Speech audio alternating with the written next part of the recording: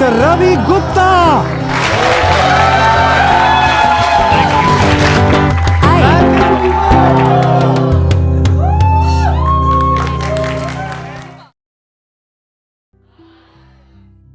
जितने लोग यहाँ बैठे हुए हैं, एक दफा सारे मेकर्स यहीं पर एक बार जरा लैला मजनू के लिए हो जाए कुछ तो मजा आएगा। इतने से में कुछ नहीं होता। Come on! That's the appreciation you guys deserve. So cool. Raanjhanaa के ऊपर एक वीडियो मैंने बनाया था, YouTube पे देखा है आपने किसी ने? हमने बताया कि कैसे एक असल प्रेम कहानी स्टेजेस के जरिए होती है। प्यार ऐसे नहीं किया जाता कि करो और हो जाता है। प्रेम धीरे धीरे परवान चढ़ता है। There are stages of love. There are 7 stages of love. Anybody know what are they? What's the first stage? We're getting there, right? दिलकशी, उन्स, मोहब्बत, अकीदत, इबादत, जुनून और तो क्यों ना लैला मजनू की कहानी इन 7 स्टेजेस के जरिए अविनाश और तृप्ति दोनों को साथ में इमेजिन करते हुए एक बार फिर से जी लें। ये बात लैला मजनू असल में एक असल कहानी है। बहुत सारी ऐसी कहानियां होती हैं प्रेम वाली जो आपने सुनी है, पर वो हुई थी नहीं हुई थी किसी को नहीं पता। ये सच में हुई थी। 9th सेंचुरी में अरेबियन पेनिनसुला में 2 लोग रहते थे, लैला अल अमीरिया और कैस अब्न अल मुलावा। उनकी कहानी 9th सेंचुरी के बाद 200 साल तक वो घूमती रही। 11th सेंचुरी में पहली दफा निजामी गंजवी ने पहली दफा उन्हें पोएम्स में लिखकर उतारा और उसके बाद ये कहानी ने ट्रैवल करना शुरू किया। आने वाले 700-800 सालों तक इस कहानी ने न जाने कितने देश बदले, किरदार बदले, भाषाएं बदली। हर किसी ने इस कहानी को अपने अपने जरिए से सुनाने की कोशिश की है, लेकिन सबसे ज्यादा जोर से जो यहाँ बैठे हर शख्स को कहानी छुई थी वो थी 2018 वाली लैला मजनू।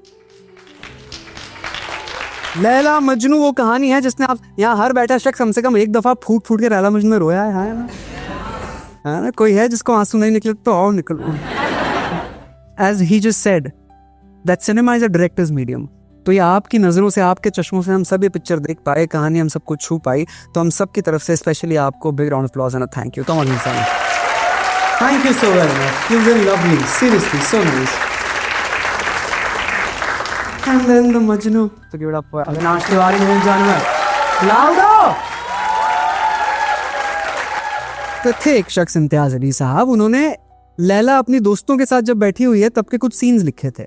1-2 सीन लिखना शुरू किए, बढ़ते बढ़ते वो 24-25 सीन हो गए और उन्होंने रख दिए थे कि देखेंगे कभी।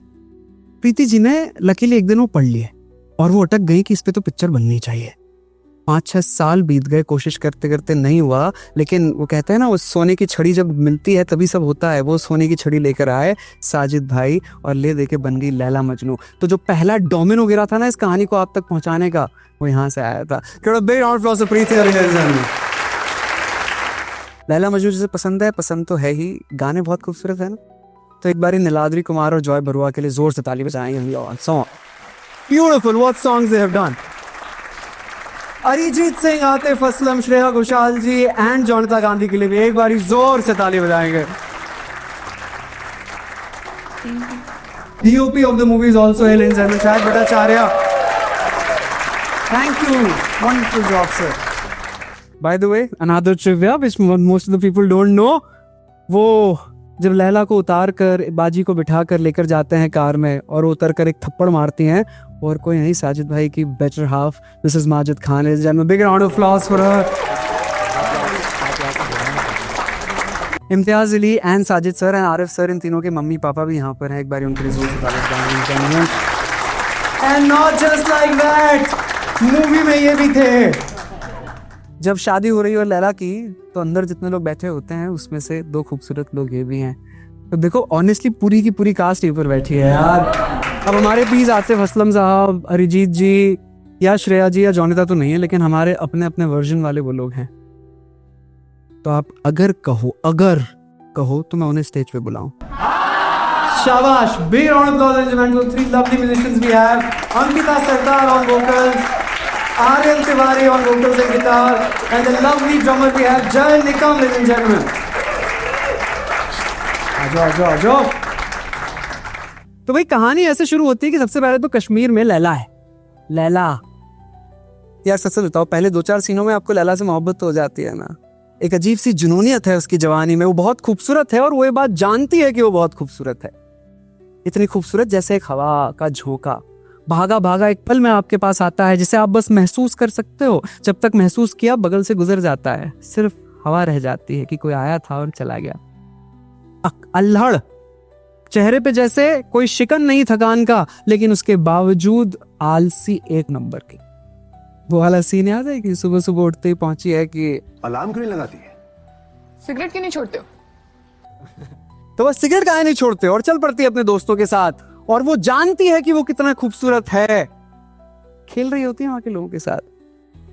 पूरा शहर के हर लड़का जैसे उसके पीछे पागल है, ऐसे टिश्यू में पप्पियां करके लिपस्टिक बाहर फेंक दिया करती है और ऐसे लड़के भाग भाग के उसे पकड़ रहे हैं। याद आ गया सारे सी। कोई बाहर से अगर देख ले बड़ा बूढ़ा तो देखकर यही कह देगा कि भाई ये लड़की तो काम से, ये लड़की तो काम से। क्या बात। कहाँ मजनू ऊपर वाले तक पहुंच गया था और ऊपर वालों तक अब मैं पहुंच पाया हूँ। हाय। वो वाला सीन बड़ा पसंद है मुझे। अपने दोस्तों के साथ बैठी हुई है स्कूल में, अभी अभी पता चला कि गला लिप किस कर दी इसने। चांदनी रात को गई थी मैं अकेले, मिन्नत मांग के। बड़ी जादुई पावर्स होती है चश्मे में, सच्चे दिल से जो भी मांगो ना सब मिल जाता है। तो पहुंच जाती है चश्मे से मांगने अपने साथी को, अपने मजनू को। वहां जाती है तो वहां मजनू भी आ जाता है। क्या कर रहा होता है? छी छी छी। बस वहां जाकर जब पहली मुलाकात, अंधेरा है, ढंग से एक दूसरे को देखा भी नहीं है, लेकिन एक दूसरे के सामने और पास आ जाने भर से ये दोनों प्रेम की पहली स्टेज पर आकर खड़े हो जाते हैं, जिसे कहते हैं दिलकशी। एक तो शब्द बहुत खूबसूरत है, बोल के देखो, दिलकशी। ये वो मोमेंट है जब किसी को देखने भर से वो आपके आसपास हो, बस उस ख्याल से, उस फीलिंग से एक करंट नहीं दौड़ जाता ऊपर से नीचे तक, पूरे हिल से जाते हो। वो दोनों समझ चुके थे कि ये जो है ये कुछ पुराना है, लेकिन अक्सर हम बातों को डिनायल में टाल दिया करते हैं। तो लैला तो टाल देती है, लेकिन कैस भट्ट जो वहां का रिच स्पॉइल्ड ब्रैट, शराबी, स्कूल बंक करके निशात बाग में रिक्शा वालों के साथ जुआ खेलता है, हुस्ना जवास, कैस भट्ट ने उसको प्रेग्नेंट कर दिया था। दोबारी जाके सुसाइड करना पड़ा उसको। ट्रिविया क्विकली, जो जवाब देगा उसको एक स्पेशल गिफ्ट मेरी तरफ से। लैला अपने फोन में कैस भट्ट का नाम सेव करके रखती है। वो नाम को बता सकता है? She saved his name as हुस्ना जवाज, वही जिसको प्रेग्नेंट कर दिया था। तो ये सारी बातें लैला तक पहुंच चुकी है, सुन चुकी है वो, लेकिन कहीं ना कहीं अंदर तो पता है ना कि ये कुछ पुराना है, ये इतने आसान से खत्म होने वाला नहीं है। और लगा पड़ा है कैस भाई साहब, टोरा है शहर में, जहां जाए, जिस दुकान में जाए, लाला से कोई पैसे ना ले। सब जैसे वो भाभी ट्रीटमेंट चला जा रहा है। एक दिन तो मतलब गिव अप भी कर देते कि आज तो हो ही जाए, ऐसी की तैसी है। और सामने सॉफ्टी खाने में लगे थे भाई तब भी। ओह, सॉफ्टी खाने लगा था मैं। अस्सलाम वालेकुम। तू अपने आप को बहुत स्मार्ट समझता है? नहीं हूं नहीं ना। जिम जाता हूँ, कपड़े जूते स्टेबल मेंटेन करके रखिए। तुझे पसंद नहीं तो छोड़ दूंगा। वो भी पिघल तो गई है, लेकिन नाटक कर रही है ना। लेकिन कब तक पीछा करेगा? थोड़ा गिव अप भी करने पे आ जाता है। नहीं जाऊंगा उसके पीछे। रियली? हर प्रेम को बढ़ाने में वो बैल्कनी का बड़ा हाथ है। वही बैल्कनी में अपने कबूतरों के साथ खेल रही होती है, एक खूबसूरत से पिंजरे के साथ। और इसी पिंजरे को देखता हुआ नीचे बाइनोकुलर से हमारा कैस लगा हुआ है, और पीछे उसकी फेवरेट मूवी चल रही है, I love you। वाह, मैंने प्यार किया सुनकर इसको आइडिया आता है कैस को। बड़े प्यार से एक खत लिखकर भेजता है, छोटी सी चिट्ठी कबूतर के हाथ पे। उस पे क्या लिखा है? और वो वाकई उसकी और लैला की किस्मत को कायनात पर छोड़कर चल देता है। या वो सच में नहीं आएगा? जैसे ही इन्होंने भेजा कि जा मैं अब नहीं आता, अब तू ही ढूंढ मुझे, कायनात ने अपना काम अगले ही दिन कर दिया। अगले ही दिन एक शादी में पट करके पड़ता है और पलटते हैं, और दोनों एक दूसरे के सामने खड़े हैं। हालत खराब की इतनी जल्दी काम हो कैसे गया? हिल गए अंदर से। वो हिलने भर से उस पूरी शादी में ये दोनों प्रेम की दूसरी स्टेज पर आ जाते हैं, जिसे कहते हैं उन्स। एक तो बोलकर देखो, शब्द बहुत खूबसूरत है, UNSSSS। ये वो फीलिंग है ऑफ इन्फैचुएशन। उसका हाथ कहीं छू जाए, वो आपको देख ले, एक बार थोड़ी सी फोन पे बात हो जाए, 4-4 दिन नींद नहीं आती भैया। लगे हुए हैं, फोन नंबर बड़े प्यार से टिश्यू पे ले लेते हैं और लग जाते हैं। बस वो सिलसिला शुरू हो चुका आखिरकार, जिससे हम सब गुजरे हैं कि दिन दिन भर दिन दिन भर काम करते हैं सिर्फ घर जाने के लिए, ताकि फोन करके बता सके कि आखिरकार दिन भर में किया क्या है। फोन पे लगे हुए हैं। जो तू कन्विंस हो गई है कि मैं नेक और शरीफ इंसान हूँ, हमें मिलना चाहिए। अच्छा जी, और क्यों मिलना चाहिए? मिल तो लो, यू नो, लाख छुपाए लेकिन ये प्यार कभी ना कभी सामने तो आ ही जाता है। लेकिन छुप छुप के मिलने से मिलने का मजा तो आएगा। तू कन्विंस हो गई या और कन्विंस करो, आखिरकार वो मान जाती है। और वो समय आता है, कार में बिठाकर बड़े स्टाइल से चल पड़ती है गाड़ी, और कैश उसे ले जाता है सबसे महफूज जगह, पहाड़ के ऊपर। क्यों? क्योंकि वो इकलौती वैसी जगह है जहां से हम सबको देख सकते हैं पर हमें कोई नहीं देख सकता।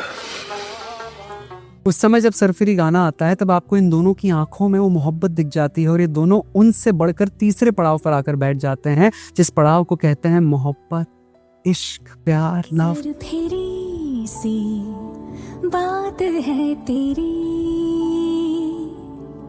हम सभी ने मोहब्बत कभी ना कभी तो किसी ना किसी से की है। क्या आपने कभी ना कभी किसी से मोहब्बत की है? और ये तीसरी स्टेज पर आ जाते हैं, मोहब्बत। ये वो वाला स्टेज है जब और कहीं कोई मन नहीं लगता आपका, हमेशा आप वहीं खोए हुए रहते हो, हमेशा उसी का चेहरा सामने होता है। एक खुसरो साहब का एक बहुत प्यारा सा दोहा है कि खुसरो दरिया प्रेम का उल्टी वाकी धार, जो उबरा सो डूब गया। सुना सबने, समझा किस किस ने? इतनी मोहब्बत करने के लिए बिना आपको उस मोहब्बत के अंदर डूबना पड़ता है। ऐसे समझो, इमेजिन करो कि आपको बहुत जोरों की प्यास लगी है, इतने जोरों की प्यास कि गला खराश से मरा जा रहा है, अभी पानी ना मिला तो शायद मर जाओगे। तब मैं आऊं आपके पास और आपसे कहूं कि सुनो, पानी गीला होता है, पानी पीने से तरावट आती है, प्यास बुझ जाती है। आपकी प्यास में कोई भी फर्क पड़ेगा? मेरी बातें सुनिए, जब तक पानी पियोगे नहीं तब तक प्यास नहीं बुझेगी ना। प्रेम बिल्कुल वैसा सा है, सुनकर, देखकर, पढ़कर समझने वाली चीज नहीं है। प्रेम करने के लिए प्रेम के अंदर डूबना पड़ता है, और कैस और लैला दोनों की आंखों में वो डूबा हुआ प्रेम उस समय में दिख जाता है। ये वही समय है जब एक दूसरे के अलावा किसी का चेहरा सामने आता ही नहीं। वो भी कहीं इधर उधर हो जाए तो दिल जैसे कह पड़ता है कि बस मैं और कुछ नहीं चाहता या चाहती, सिर्फ इतना कि तुम नजर में रहो, कि तुम नजर में रहो।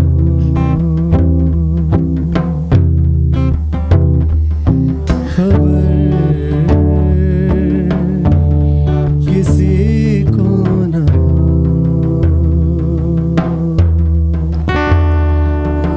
Wow, energy. अब पूरी कहानी हमारी यहां से एक अजीब सा टर्न लेती है। देखिए, समझे इस बात को, हम सब ने मोहब्बत तो कर ली, लेकिन हमें पता नहीं होता कि इस मोहब्बत के आगे भी कुछ होता है। ज्यादातर लोगों को बस पता है कि आपको प्यार होता है और बस रह जाता है, लेकिन ऐसा नहीं होता। प्यार के आगे भी बहुत सारी चीजें हैं, जहां धीरे धीरे हमारा कैस पहुंचने वाला था। हर अच्छी कहानी में एक विलन की एंट्री जरूरी होती है, और यहां भी हो जाती है। लैला के पापा के Parmeet Sethi fan in the house, give me a loud cheer, come on enjoy. Lovely character, lovely actor, well done. Villain की एंट्री हो गई और लैला के सामने ये विडंबना आकर खड़ी हो गई कि अब या तो खत्म करो, गेम ओवर। और उसको वही चूज करना था, पापा जहां शादी कराएंगे करना ही पड़ेगी। पहुंच गई कि भाई कैस, बस हो गया, ठीक है, अब खत्म, गेम ओवर, ब्रेकअप, फिनिश। ठीक है फिर ब्रेकअप करते हैं। इतना सिंपल है तो करते हैं ना। कैस इज लाइक ओके बाय। ये सब मजाक है। तब जो कैस कहता है कि तुझे याद है उस दिन जो मैंने खत तुझे लिखकर भेजा था कि जा, मैं अब नहीं आता, अब तू ही ढूंढ मुझे। उस दिन मैं सचमुच चला गया था, तुझे अपनी किस्मत अपने खुदा के हवाले करके वापस नहीं आने वाला था, और अगले ही दिन तू मेरे सामने खड़ी थी। तुझे क्या लगता है ये हम कर रहे हैं? हमारी कहानी, और इन दुनिया क्या, दुनिया के लोग क्या, हम खुद भी इसे नहीं बदल सकते। ये कहने भर से कैस प्रेम की चौथी स्टेज पर आकर खड़े हो जाता है, जिसे कहते हैं अकीदत। एक तो शब्द बहुत खूबसूरत है, बोल के देखो, अकीदत। इस शब्द का मतलब है फेथ, विश्वास। आपको अपने प्यार पर इतना विश्वास है कि चाहे पूरी दुनिया खिलाफ क्यों ना खड़ी हो, अगर प्यार सच्चा है दोस्त तो पूरा तो होकर रहेगा। बस कैस की सारी बातों में वो अकीदत आपको देखने को मिलती है। लेकिन ध्यान रखना, लैला वही है लैला भी मोहब्बत पे ही है, वो बढ़कर आगे नहीं आई है, सिर्फ कैस आगे आया है अकीदत तक। उसको कह देता है भाई साफ साफ कि कोई दिक्कत नहीं, अब सब मेरे ऊपर छोड़ दे, मैं सब ठीक कर दूंगा, प्रॉमिस। तेरे पापा को भी मना लूंगा। पापा नहीं मानेंगे। तो अरे पैरों में गिर जाऊंगा। छोड़ूंगा ही नहीं जब तक मानेंगे नहीं। और फिर भी नहीं माने तो भाग पड़ेंगे अपन। अपने पहाड़ के पीछे वाली दुनिया में मैं लकड़ियां काट के लाऊंगा, तू खाना बनाएगी, प्यार से रहेंगे, भाई बहन की तरह। नहीं बना ले। जिसमें लैला से कहा तो मैंने। फिर एक बात बताओ आप कुछ करते क्यों नहीं? क्या? कुछ नहीं। अभी भी कुछ नहीं। गिव अप करके लोग चले जाते हैं। लैला की बकायदा शादी तय कर जाती है, अगले 2-3 दिन में शादी भी करवा रहे हैं। किससे करवा रहे हैं? जावेद पर्रे से। नाम में ही नफरत है यार।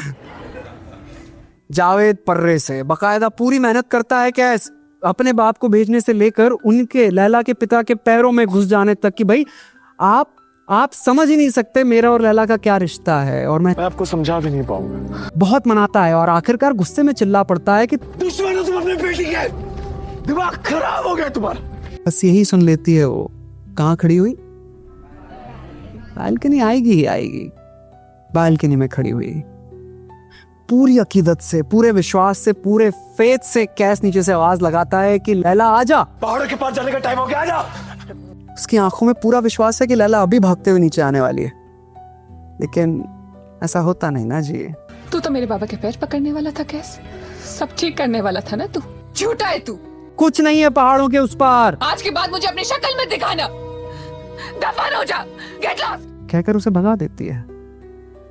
पूरी अकीदत में खड़ा हुआ। आप किसी से कितनी भी मोहब्बत करते हो, अगर आपका माशूक आपसे कह दे कि जा अपनी शक्ल आइंदा मुझे कभी मत दिखाना, दफन हो जा, कुछ तो अंदर बदलेगा ना, हिलेगा ना।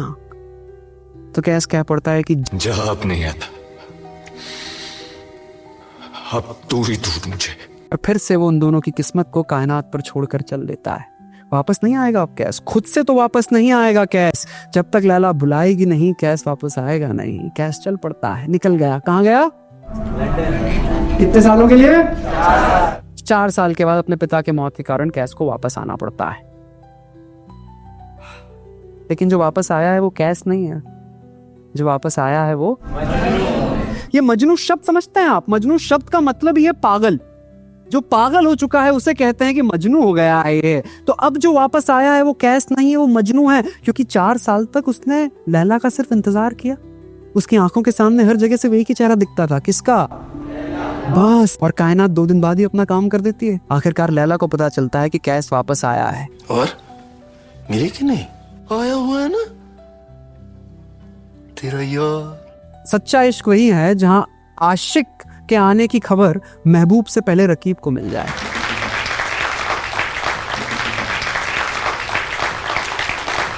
वही बताता है। और लैला आखिरकार कैस को फोन करवाती है। लैला का फोन आया था, मिलना चाहती है आपसे। तैयार है मजनू, क्लीन शेव करके आया है, स्टबल हटा के पसंद नहीं है ना, वही ब्लू कोट पहन के जो पहली मुलाकात में पहना था। भाई के साथ बैठा हुआ है कि सुन कल आते हैं, आज नहीं हो पाएगा। डर रहा है, बताना ठीक ठाक तो लग रहा हूँ, हंस देगी। और इतने में लैला पीछे आकर खड़ी हो जाती है। एक सेकंड के लिए अपने आप को उनके जूतों में इमेजिन करने की कोशिश करो। 4 साल से उसको देखा नहीं है, शायद कभी देख ना पाऊंगा, ये भी जहन में बात थी, क्योंकि कहा है उसने शक्ल मत दिखाना। फिर भी कायनात ने ऐसा खेल खेला कि सामने देखने ही वाला हूं मैं, बस पीछे। सबसे पहले तो शर्म आएगी ना, और लड़का भी तो है ये। प्यार से बाल ठीक करता है, पलटता है और देखता है उसे। Every time I talk about this scene ना, वैसे भूला नहीं जाता यार। क्या सीन है। अरे बस वो पलटा और उसने पहली दफा 4 साल के बाद देखा है अपनी लैला को। उसकी आंखों में ऐसा दिखता है कि जैसे उसने खुदा देख लिया हो। उसका खुदा सामने है। और ऐसे ही 4थी स्टेज पे खड़ा, अकीदत पे खड़ा हमारा कैस एकदम से खुदा देखकर गिर पड़ता है। ऐसे एक माशूक अपने खुदा का सजदा करने गिर गया हो। खुदा देख लिया हो। वो गिरने भर से कैस प्रेम की 5वीं स्टेज पर आकर खड़ा हो जाता है, जिसे कहते हैं इबादत। बोल के देखो, इबादत। ये वो स्टेज है जब आप जिससे मोहब्बत करते हैं ना, वो आपके लिए खुदा बन जाता है। You start worshipping that person so much, वो आपके लिए खुदा है। उसकी शक्ल अगर एक बारी ऐसे सामने दिख जाए तो कैसे कोई अपना होश ना खो दे, गिर पड़ता है वो। लैला देखकर पगला जाती है कि कोई शख्स आपसे इतनी मोहब्बत करता है, फिर भी फोन करती है कि आ रही हूं मैं, चले जाएंगे हम पहाड़ों के पीछे वाले घर में। आती है भागी भागी, और आती ही सबसे पहले गले मिलती है और कहती है ढूंढ लिया ना मैंने तुझे।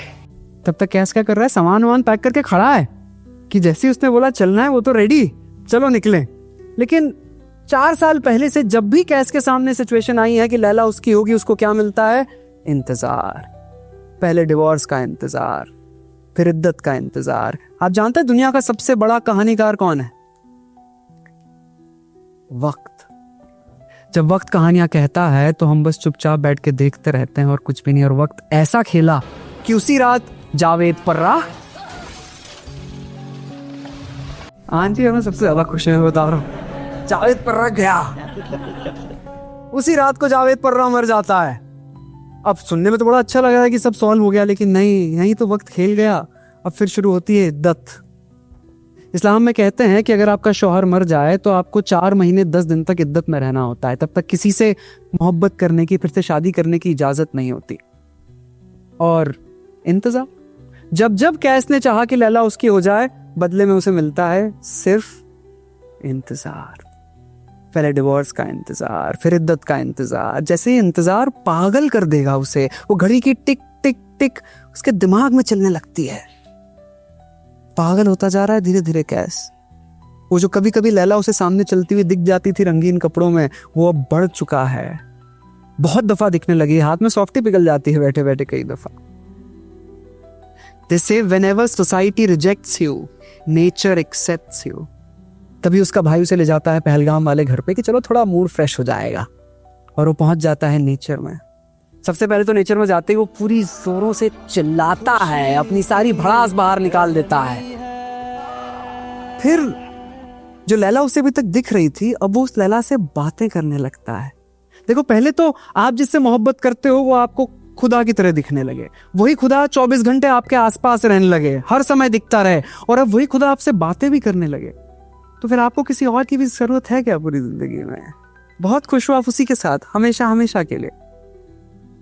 खुद से बातें करने लगा है, लैला से बातें करने लगा है। कोई बाहर से देखेगा तो कह देगा पागल हो चुका है ये, मजनू हो चुका है ये। पागलपन इतना बढ़ जाता है कि खुद से बातें करते करते अब लोग भी देख चुके हैं इसे, घर पे काम करने वाले भी। तो उसको भाई के फोन ऑन करके बुला लेते कि सर आप यहाँ जल्दी आ जाए, वो जो ना पूरा टाइम किससे बात करता है। भाई बिठाता है, क्या है, किससे बातें करते हो? इतना प्यारा सीन लगता है मुझे कि यार देख जैद, प्रॉब्लम ये नहीं है जैद कि मैं बात करता हूँ, क्या बात करता हूँ, किससे बात करता हूँ। प्रॉब्लम यह है कि पिछले 4 साल से मैं इंतजार कर रहा हूं कि सब कुछ ठीक हो जाएगा, मैं खुश हो जाऊंगा। लेकिन अब जैसे भी यहां पहुंचा हूं, खुश आज अच्छा है ना, इंतजार नहीं है।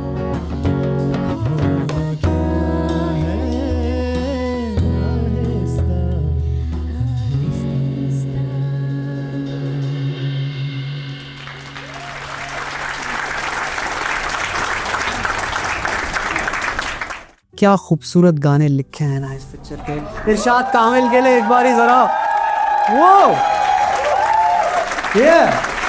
one of the finest lyric writer this industry has ever seen, ladies and gentlemen, मैं एक दफा और इरशाद कामिल सर के लिए एक बार ही और बेहद। अपने इस पागलपन में आखिरकार कैस चलकर इबादत से भी आगे कुछ होता है। 6ठी स्टेज जिसे कहते हैं जुनून, When love becomes madness, जब प्यार पागलपन बन जाता है, आपको अपने महबूब के अलावा कहीं कुछ दिखता ही नहीं, पगला जाते हो तुम। हर जगह बस वही उससे ये तो बातें भी कर रहा, अब बातें करता हो कहीं जा रहा है कि नहीं ना। तू चुप कर, ठीक है, मुझे तेरी बात नहीं सुनी। पता ना क्या होता, मरवा दिया था तूने मुझे। ऐसे ही बकबक कर रहा होता है, झगड़ रहा होता है। ये कितनी खूबसूरत बात थी यहाँ पे कि आपका खुदा जिससे आप मोहब्बत भी करते हो, आपका माशूक है, उससे आप रूठ भी रहे हो। झगड़ा भी कर रहे हो, मस्तियां भी कर रहे हो, और वही झगड़ा करते करते कुछ लोग बगल में बैठे होते हैं, नमाज पढ़ रहे होते हैं, उनकी नमाज खराब हो जाती है, अस्तगफिरुल्लाह करके गुस्से में उठते हैं। हमारी नमाज खराब कर दी, हमारे सामने आके खड़े हो गए, दिखता नहीं हम नमाज में थे। याद है वो सीन? आई थिंक उस मूवी का पूरा क्रक्स है उस एक छोटे से सीन में। पूरी की पूरी पिक्चर कहानी आपसे जो कहना चाहती है, आपके दिल में एक सेकंड में उतर जाता है उस समय वो सीन। जैसे ही उनकी नमाज खराब होती है, उठकर आते हैं और कैस को पीटने लगते हैं। एक तो देखो रिच स्पॉइल्ड ब्रैट था ये लड़का, कुछ भी हो जाए किसी की मार तो नहीं सहेगा ना। बड़े गुस्से में आता है, रिटेलिएट करता है कि आपने मुझे क्यों मारा? दबाओ जाए से। मुझे क्या किया मुझे मारा? हाँ? कि माना मैं खोया हुआ था, अपने माशूक से बातें कर रहा था, आपको देख नहीं पाया, मैं खोया हुआ था। तो तू चुप रह, मैं बात कर रहा हूँ उनसे। लेकिन आप भी तो खोए हुए थे, आप ही तो अपने माशूक से बात कर रहे थे, आपने मुझे कैसे देख लिया? मैंने तो कुछ नहीं कहा। बात बहुत गहरी थी, बहुत जोर से जाकर लगी। बात बहुत जोर से लगी क्योंकि उनका अहंकार टूटा। उन्हें लगता था कि वो नमाजी हैं, वो इबादत में लगे हैं, लेकिन जैसे ही कैस ने सवाल पूछा, उनका अहंकार चकनाचूर हो गया। और जब भी आपके अंदर का अहंकार कोई तोड़ता है तो सबसे पहले आप वायलेंट हो जाते हैं, वायलेंस बाहर निकलता है, और उसी वायलेंस में उठाकर एक बड़ा सा पत्थर दे मारते हैं कैस के सर पे। खून बह रहा है हर जगह से, चिल्लाता है वो, खून बह रहा है। मजनू के अंदर अगर थोड़ा सा भी कैस उस समय बचा था ना, तो पत्थर पड़ने से पूरी तरीके से वो कैस अब खत्म हो गया। अब वो पूरी तरीके से सिर्फ मजनू हो गया था। अब वो शख्स जो वहां खड़ा था प्रेम में पागल, वो पूरी तरीके से हाफिज हो गया था।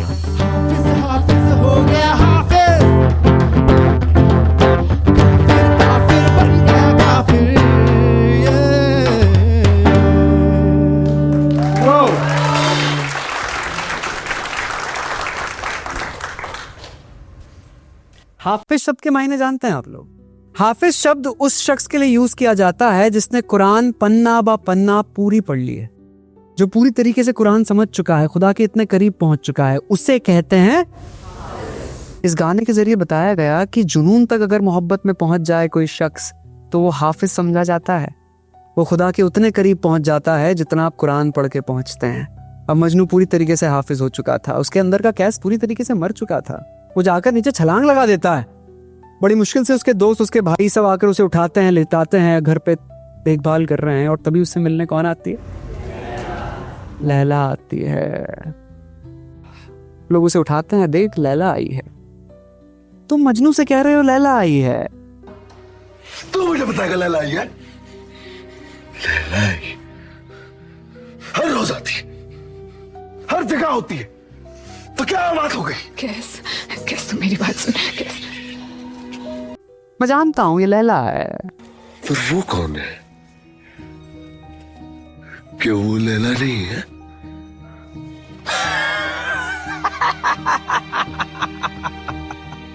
इन दीवारों में, इन तस्वीरों में, मेरी सांसों में, मुझ में, तुझ में, बस एक ही नाम।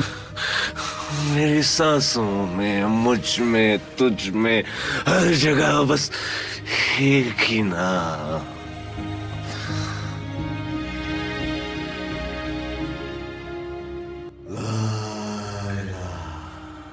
ला इलाहा ला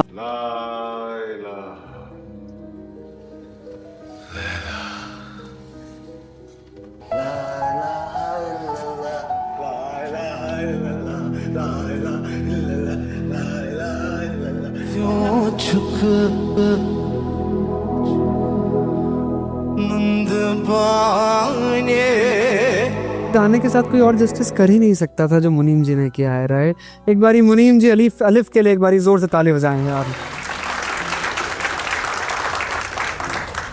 ये सुनकर सबसे पहले लैला की expression took me by surprise. I thought she will react in a very different manner, but no, blank expression, खत्म। अब यहीं से हमारी कहानी बहुत इंटरेस्टिंग होती है। बात मेरी बहुत ध्यान से सुनना। शुरुआत में लैला मोहब्बत पे खड़ी थी, मोहब्बत तक पहुंची थी, उसके बाद कभी आगे नहीं आ पाई, लेकिन मजनू अकीदत इबादत करते करते जुनून तक पहुंच गया। लैला ने जैसे ये सब सुना, ब्लैंक एक्सप्रेशन, सामने अम्मू पूछने भी जाती है, साहिबा बाली अनादर गुड वर्क। साहिबा बाली के जोर से ताली बजाएंगे हम। सब ठीक है, सब ठीक हो जाएगा, तो टेंशन मत ले। वो कह रही है सब ठीक है अम्बू, वो बस आगे निकल गया है, तो अब मुझे भी आगे बढ़ना होगा। अब समझे कहाँ आगे निकल चुका है? बस वो थोड़ा आगे निकल चुका है, लेकिन अब मुझे भी आगे जाना होगा। और वो छलांग मारती है तीसरी स्टेज से सीधे 7वीं और आखिरी स्टेज पे, जिसे कहते हैं हाथ में वही चिट्ठी लिए कि जा मैं अब नहीं आता, कि जा मैं अब नहीं आता, अब तू ही। और लैला हाथ में वही चिट्ठी लिए मर गई। जब ये बात कैस को रात को 2 बजे एकदम से जागा, समझ गया था मजनू कि लैला जा चुकी है, लेकिन पागल समझ के उसे दरवाजे में बंद कर दिया गया है। आसपास कोई नहीं है, चिल्ला रहा है, चीख रहा है, बाहर जाना चाहता है, आखिरी दफा अपनी लैला को देखना चाहता है, दफनाने से पहले कम से कम आखिरी दीदार हो जाए। लेकिन नहीं, नोच रहा है पर्दे, फाड़ रहा है तकिए, दरवाजा तोड़ने की कोशिशें कर रहा है, लेकिन कुछ नहीं हो पाता। और लैला को दफना दिया जाता है। उसके बाद आकर लोग उसे खोलते हैं। भागा भागा जाता है कैस आखिरी दफा कब्रिस्तान में उसी चश्मे के पास लैला को देखने, लेकिन लैला तो दफन है। हाँ, वो लैला दफन है, लेकिन उसकी अपनी लैला तो है ना, जो उसे हर जगह दिखती है, हर तरफ। और वही प्यार है, सफेद कपड़ों में पीछे खड़ी लैला इसे वापस बुला रही होती है, और एक बच्चे की तरह भागा भागा जा रहा होता है। तभी एक पैर पत्थर से टकराता है और सर जाके लग पड़ता है लैला की कब्र पे। और मजनू भी 7वीं और आखिरी स्टेज पे पहुंच जाता है, जिसे कहते हैं कहने का तात्पर्य इस पूरी कहानी से आपके लिए सिर्फ इन 2 लाइनों में कहा जा सकता है कि अगर आप कह सकते हो कि आपको किसी से इश्क था, कह देते ना, मैं उससे प्यार करता था, मैं उससे प्यार करती थी। अगर आप कह सकते हो कि आपको किसी से इश्क था, तो वो कुछ भी था, इश्क तो नहीं था। क्योंकि इश्क, मोहब्बत, प्यार, असल सच्चा इश्क, मोहब्बत, प्यार खत्म सिर्फ मौत पे होता है। उसके पहले अगर खत्म हो जाए तो वो कुछ भी था, इश्क तो नहीं था। और फिर वो आखिरी सीन आता है जब आखिरकार लैला और मजनू बड़े हो चुके हैं, और अब नकाब कहीं ना कहीं आप सब देखिए, गुलजार साहब का एक बहुत खूबसूरत सा थॉट था। उन्होंने कहा था कि जब तक शेर आपके दिमाग में है, आप सोच रहे हैं, तब तक वो शेर आपका है। जैसे आपने एक दफा वो शेर कह दिया, वो शेर लोगों का हो जाता है, फिर आपका उस पर कोई हक नहीं। तो so sorry to tell you this, specially all the makers, कि जब तक ये पिक्चर आप लोग बना रहे थे, तब तक ये पिक्चर आपकी थी। अब ये पिक्चर हमारी है।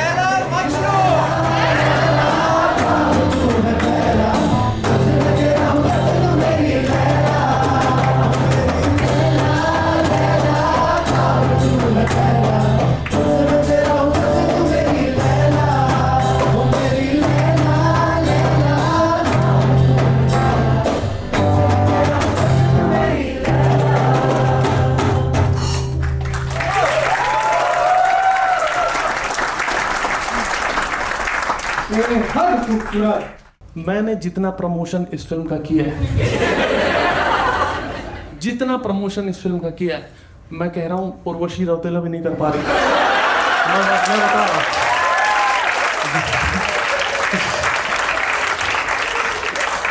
आप नहीं समझोगे सर।